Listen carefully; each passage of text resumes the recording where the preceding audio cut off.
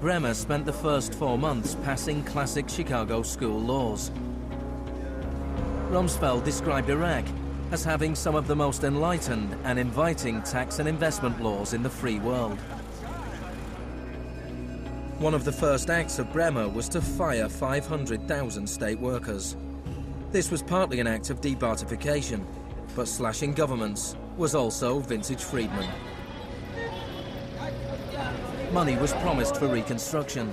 Our investment in the future of Afghanistan and Iraq is the greatest commitment of its kind since the Marshall Plan. But in fact, it was just the opposite. Whereas the Marshall Plan was intended to boost European industries, US aid money in Iraq was spent on US corporations. If work came to Iraqis, it came at the bottom of a series of subcontractors. Creative associates received contracts worth $100 million to draft the curriculum and print new textbooks for the education system. Management and technology consultant Bearing Point was awarded contracts worth $240 million to build a market-driven system in Iraq. North Carolina-based RTI received contracts worth $466 million to advise on bringing democracy to Iraq. And Halliburton was awarded $20 billion in cost-plus Iraqi contracts. Parsons was handed $186 million to build 142 health clinics. Only 6 were ever completed. The basic electricity and water supplies hardly improved, despite billions being spent in the first 4 years. We're going to succeed here, and when we succeed here, we will have done something important, not just for 25 million Iraqis. We will have done something that serves Western interests in this whole region. Even the new Iraqi currency was printed abroad. Let me show you an example of these notes. The US even paid private contractors to monitor the work of the private contractors who won contracts.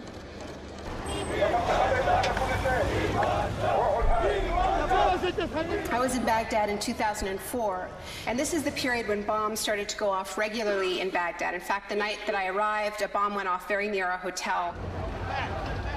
But what was really striking to me in this period was that despite the violence and despite the chaos, the next day, Iraqis were out in the streets protesting. 19 killed and 100 injured in Najaf.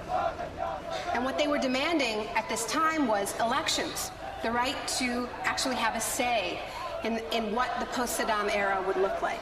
Now, in the early days of the occupation, the protests were peaceful, but as time went on, and the protests didn't have an effect, more and more Iraqis joined the armed resistance.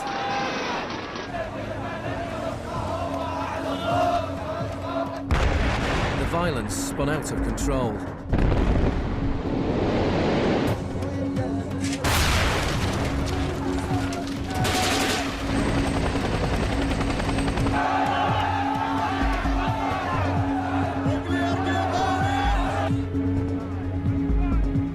As in South America 3 decades earlier, bodies were often dumped by the roadside as a warning to others.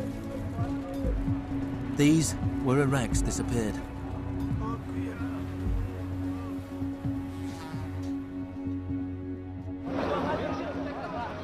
Extremely aggressive measures were needed to suppress the opposition.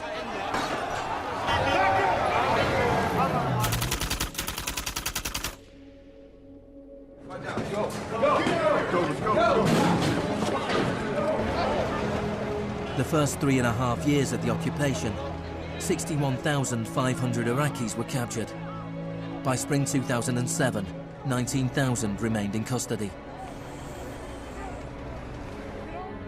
In prison, they were interrogated using techniques that could be traced to those devised by the CIA from Ewan Cameron's experiments in the 50s.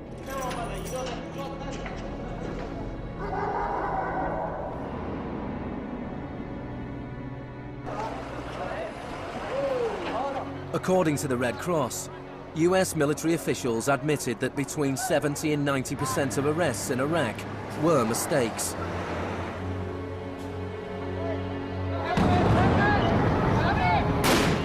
The chaos in Iraq seems like a defeat for shock therapy. But in Iraq, disaster capitalism moved on. Now the disaster itself provided the opportunity for profit.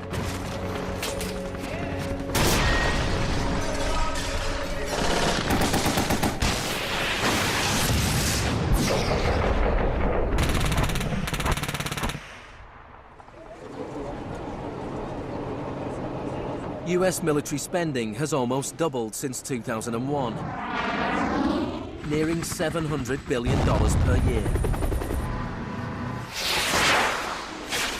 As long ago as 1961, President Eisenhower, not a noted liberal, warned of the danger of a too powerful military. Now, this conjunction of an immense military establishment and a large arms industry is new in the American experience. We must guard against the acquisition of unwarranted influence, whether sought or unsought, by the military-industrial complex. We must never let the weight of this combination endanger our liberties or democratic processes. The war in Iraq is the most privatized war in modern history. The Green Zone in Baghdad is an extreme version of what is happening around the world.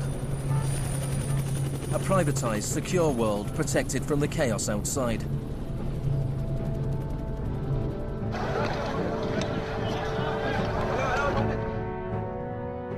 In 1991, in the First Gulf War, for every 100 soldiers, there was one military contractor.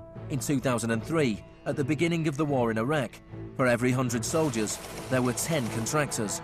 By 2006, for every 100 soldiers, there were 33 contractors. A year later, for every 100 soldiers, there were 70 contractors. By July 2007, there were more contractors than soldiers in Iraq. This was going beyond what even Milton Friedman had dared to hope. The only things I would not denationalize are the armed forces, the courts, and some of your roads and highways.